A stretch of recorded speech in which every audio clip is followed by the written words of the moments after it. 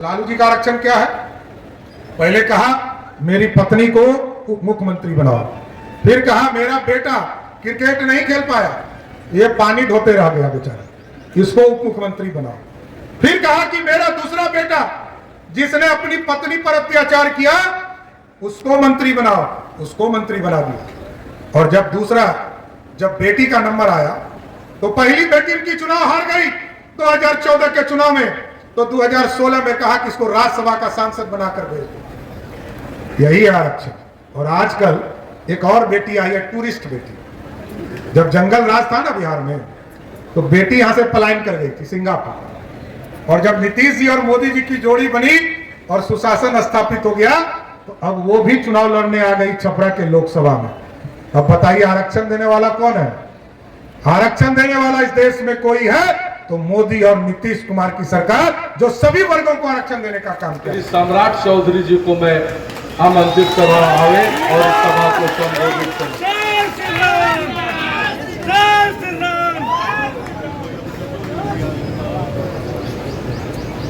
बोलिए भारत माता की, भारत माता की जय। जय श्री राम, जय जय श्री राम।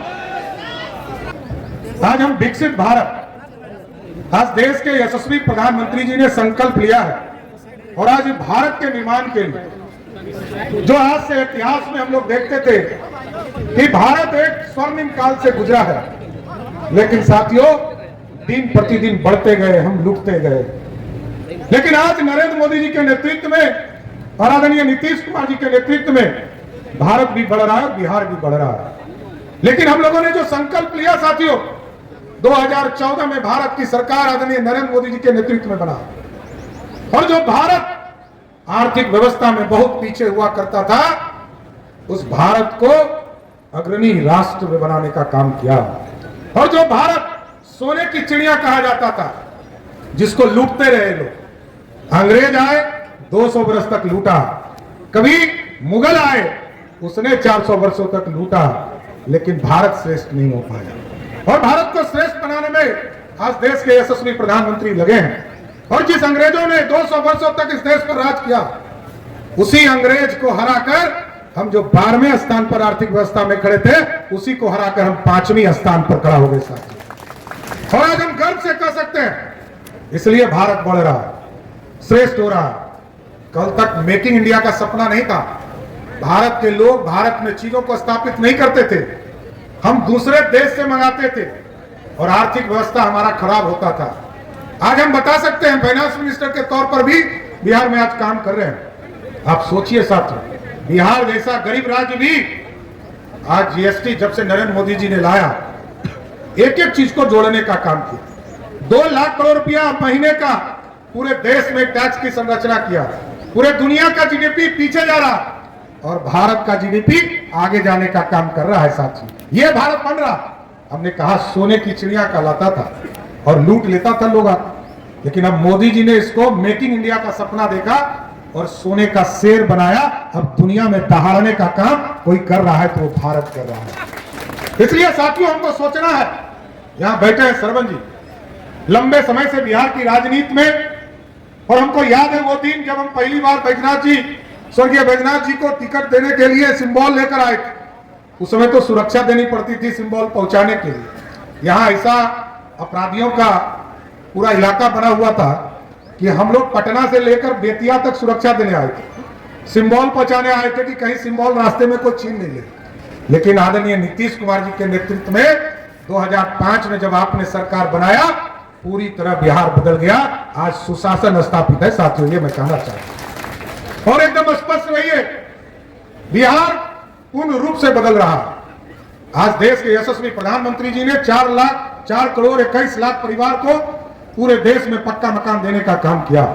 55 लाख सिर्फ बिहार को पक्का मकान देने का काम किया। और हम एनडीए के साथियों से आग्रह करना चाहते हैं, निवेदन भी करना चाहते हैं, इस बार नरेंद्र मोदी जी ने और कहा है 3 करोड़ घर हम पक्के मकान देंगे। तो एनडीए के जितने साथी हैं उनको चिन्हित करना है।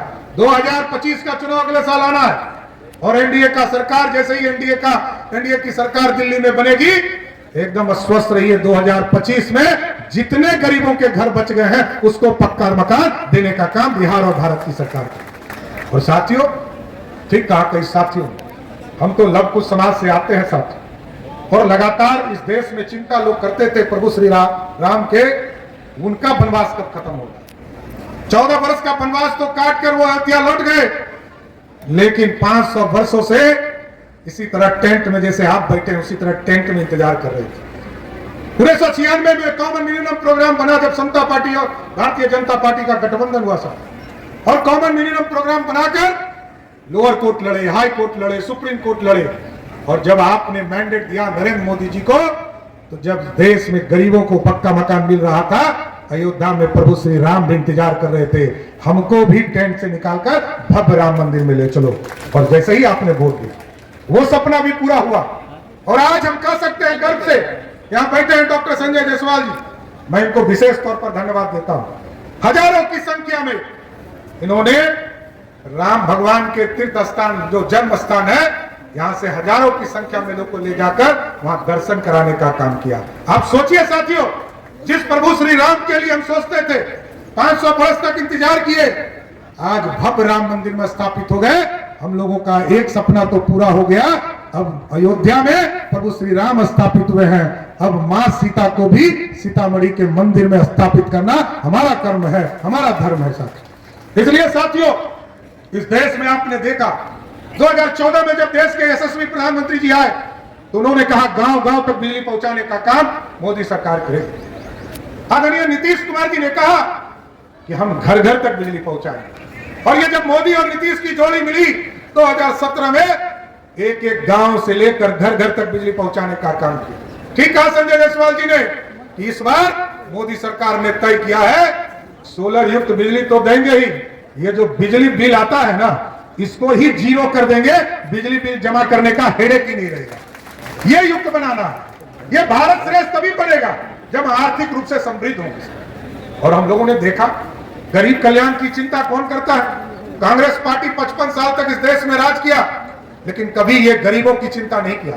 लेकिन मोदी जी ने साफ तौर पर कहा गरीबों को पक्का मकान हम देंगे, गरीबों को पानी पीने के लिए नल जल हम देंगे।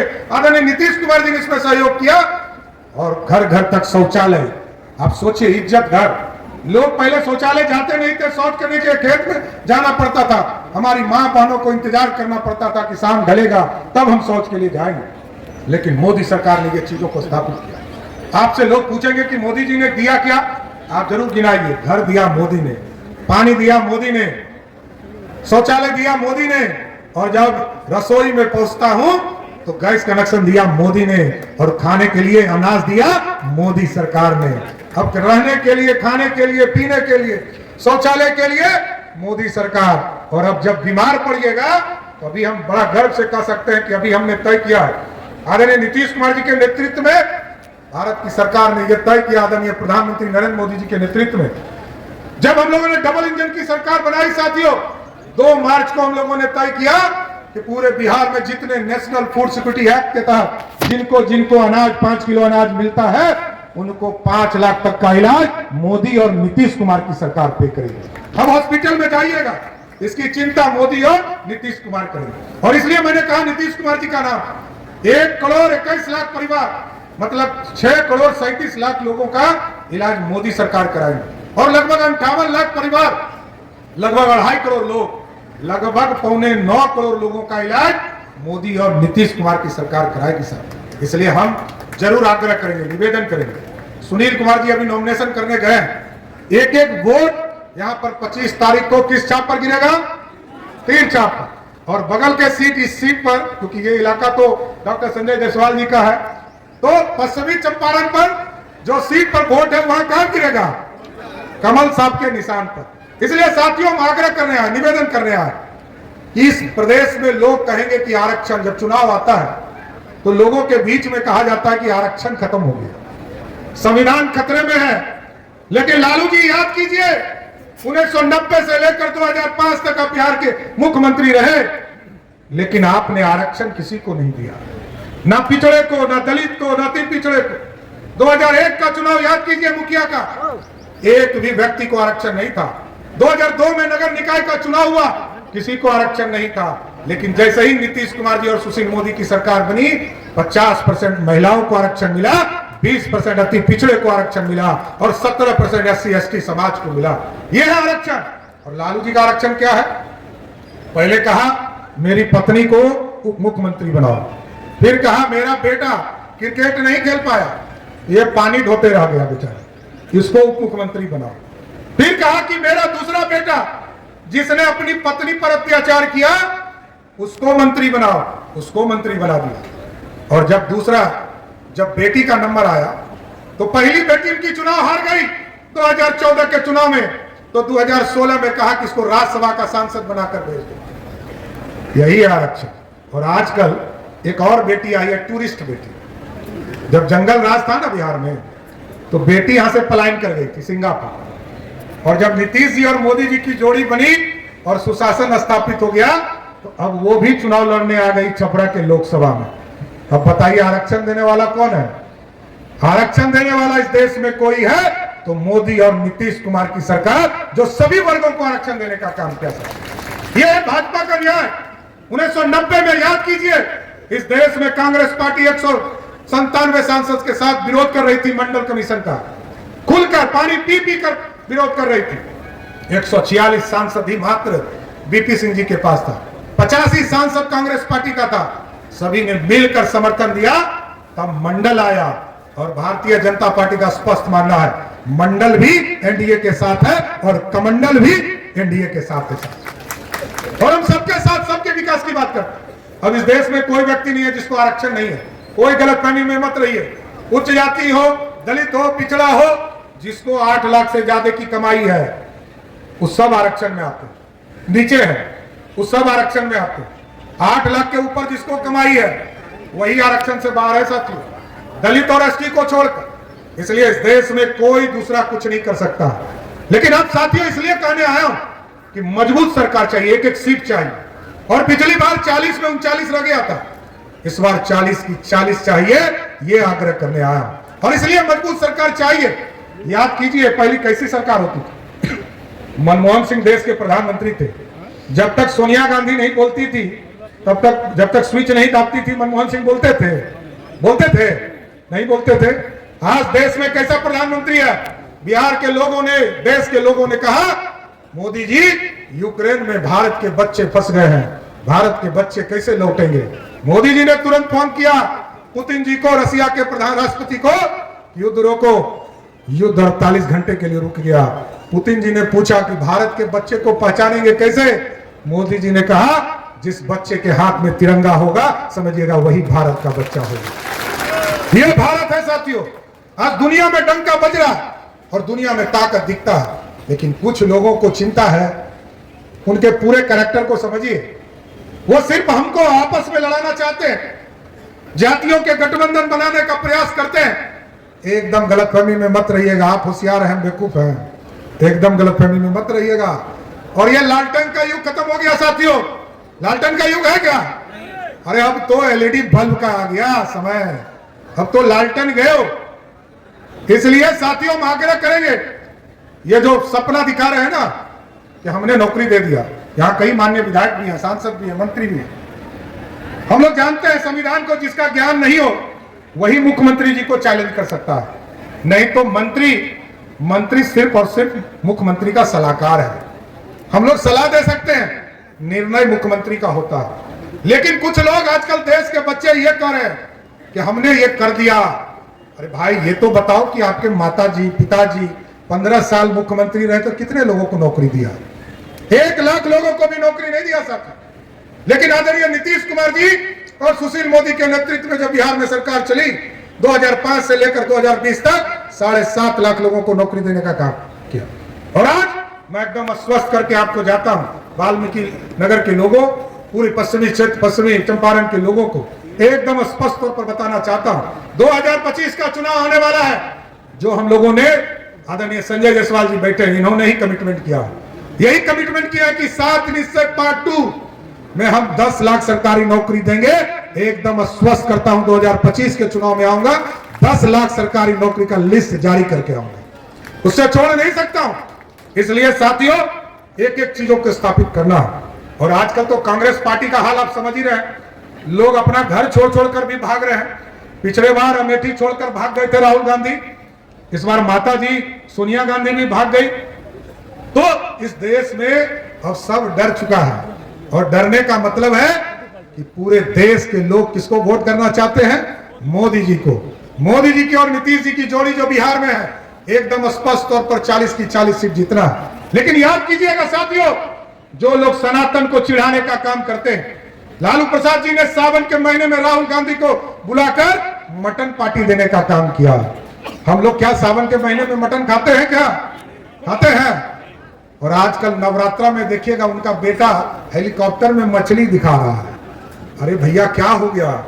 हम लोग तो सोचते थे कि लालू जी का परिवार मटन और मछली नहीं खाता है, वो तो चारा खाता है, कि कब से मछली और मटन खाने लगा।